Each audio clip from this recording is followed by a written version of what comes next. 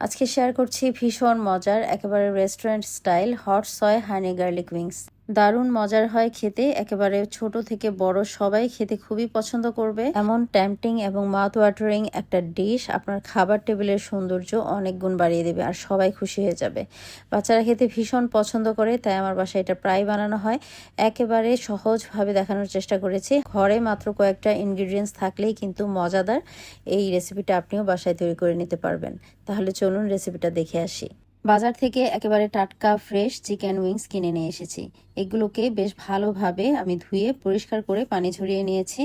আর এখানে 900 গ্রামের মতো চিকেন উইংস হবে, অর্থাৎ 1 কেজির থেকে কিছুটা কম। চিকেন উইংসগুলোকে আমি ম্যারিনেট করে নেব। এখানে দিয়ে দিলাম 1 টেবিল চামচ মতো গার্লিক পাউডার, আর হাফ চা চামচের থেকে একটু কম দিয়েছি ব্ল্যাক পেপার।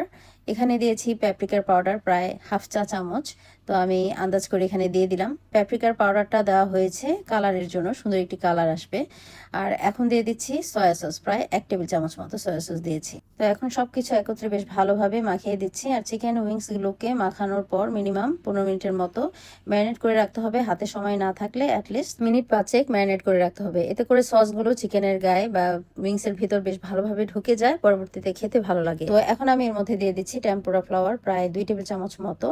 আর আপনার কাছে যদি টেম্পুরা ফ্লাওয়ারটা না থাকে, আপনি এখানে কর্নফ্লাওয়ার আর সাথে সামান্য একটু বেকিং পাউডার দিয়ে দিবেন, তাহলেই কিন্তু টেম্পুরা ফ্লাওয়ার কাজ হয়ে যাবে। তো দিয়ে এগুলোকে বেশ ভালোভাবে আবার একটু নাড়াচাড়া করে মিশিয়ে দিচ্ছি চিকেন উইংসের গায়ে। এতে করে ভাজার সময় চিকেন উইংসটা একটু ক্রিস্পি লাগবে, খেতে ভালো লাগবে। উইংসগুলোকে এখন ভেজে নিব। চুলায় কড়াইতে আমি সামান্য পরিমাণ তেল দিয়ে দিচ্ছি। আজকে উইংসগুলো আমি শ্যালো ফ্রাই করব, খুব একটা ডুবো তেলে ভাজবো না, তাই তেলের পরিমাণ কম দিয়েছি, আপনারা দেখতেই পাচ্ছেন। 2টা ব্যাচে আমি চিকেন উইংসগুলোকে ভেজে নিয়েছি। তো চুলার আঁচটা মিডিয়াম থেকে মিডিয়াম হাইতে রেখে আমি উইংসগুলোকে ভেজে নিব।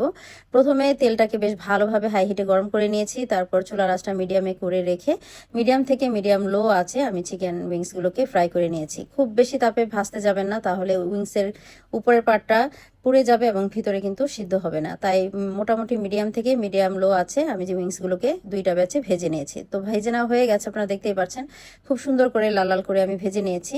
এখন সেম কড়াইতে আমি তেলটা একটু কমিয়ে নিয়েছি, আর এখানে প্রায় 3 টেবিল চামচের মতো দিয়ে দিয়েছি বাটার।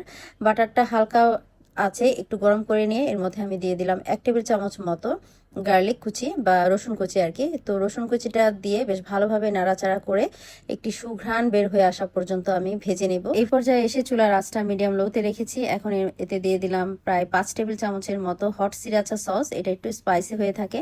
এরপর সামান্য একটু পানি দিয়ে দিলাম যেন সসটা পুড়ে না যায়। এখন দিয়ে দেব আমি হানি, এখানে প্রায় 3 টেবিল চামচের মতো আমি মধু বা হানি দিয়েছি।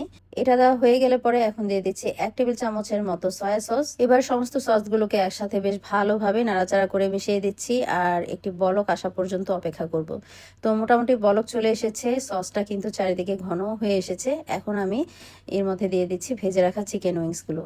চিকেন উইংসগুলো দিয়ে এবার বেশ ভালোভাবে নাড়াচাড়া করে মিশিয়ে দিচ্ছি সবকিছু একসাথে, যেন চিকেন উইংসের ভেতর সসটা বেশ ভালোভাবে ঢুকে যায়। মোটামুটি 1 মিনিটের মতো আমি নাড়াচাড়া করে রান্না করে নিয়েছি সসের সাথে চিকেন উইংসটা। এই পর্যায়ে চুলার আঁচটা একটু বাড়িয়ে দিয়েছি, মিডিয়াম থেকে মিডিয়াম হাই করে দিয়েছি। তো মোটামুটি মিনিট খানেক ভেজে নিয়েছি আর চুলার আঁচটা এসে আমি বন্ধ করে দিয়েছি। ব্যাস হয়ে গেছে ভীষণ মজার চিকেন উইংসের এই রেসিপিটি। আমি গরম গরম প্লেটে সার্ভ করে নিয়েছি। তো এভাবেই কিন্তু আপনারা বাসায় তৈরি করে নিতে পারেন একেবারে পারফেক্ট রেস্টুরেন্ট স্টাইলের চিকেন উইংসের মজার এই রেসিপিটা। এটা ইফতার কিংবা বিকেলের নাস্তায় খেতে বেশ ভালো লাগবে, অথবা ফ্রাইড রাইসের সাথেও কিন্তু এই রেসিপিটা একেবারে জমে যায়। পরবর্তী রেসিপিতে আবার দেখা হবে। সবাই খুব ভালো থাকবেন। আল্লাহ হাফিজ।